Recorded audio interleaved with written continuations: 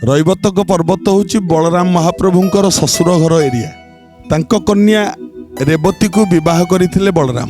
सेठी कौरव मानक सी गदायुद्ध शिखाई एवं कौरव मान भितर बड़ भाई जो दुर्योधन सी बलराम थिला पट शिष्य एवं बलराम जेतेबेले भीम दुर्योधन लगी गदायुद्ध भीम दुर्योधन गदायुद्धर नियम नाही अंटा तलू प्रहार करवा सबु युद्ध जमी खेलर गोटे नियम आम वेदव्यास कार्यक्रम जमी गोटे नियम गदा युद्धर भी गोटे नियम अच्छे से नियम अनुसार अंटा तलू गदा युद्ध प्रहार करने नियम ना जितेबाला किंतु भीम कृष्ण कथार पड़ी अंटा तलू जानू को बाड़ी दुर्योधन ए कथा दुर्योधन हूँ बलराम पट शिष्य।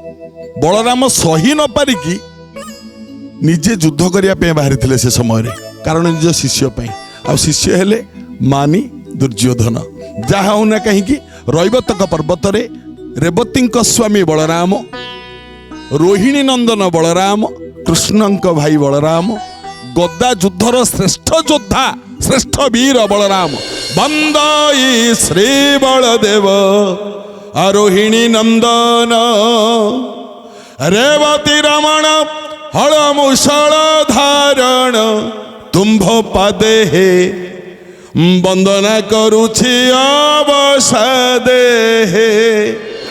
श्री बलदेव कौरव मान को गदायुद्ध शिक्षा देते रैवतक पर्वत आसक्ति। रैवतक पर्वत हूँ बलराम महाप्रभुंकर ससुर घर एरिया। तांको कन्या रेवती को विवाह करथिले बलराम।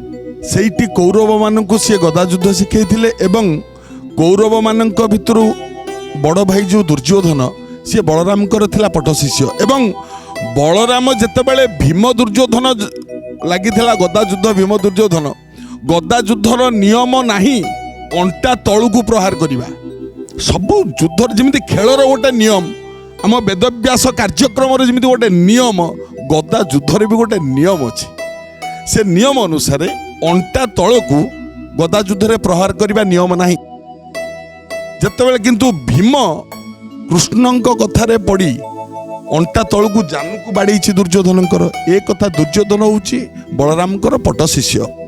बलराम सही न पारिकी निजे युद्ध करने बाहरी थे से समय कारण निज शिष्य आ शिष्य हेले मानी दुर्योधन जहा होना कहीं रैवतक पर्वत रेवती स्वामी बलराम रोहिणी नंदन बलराम कृष्ण भाई बलराम गदा युद्धर श्रेष्ठ योद्धा श्रेष्ठ वीर बलराम बंदई श्री बलदेव रोहिणी नंदन रेवती रमण हल मुषल धारण तुम्भ पादे हे वंदना करुछि अवसादे हे।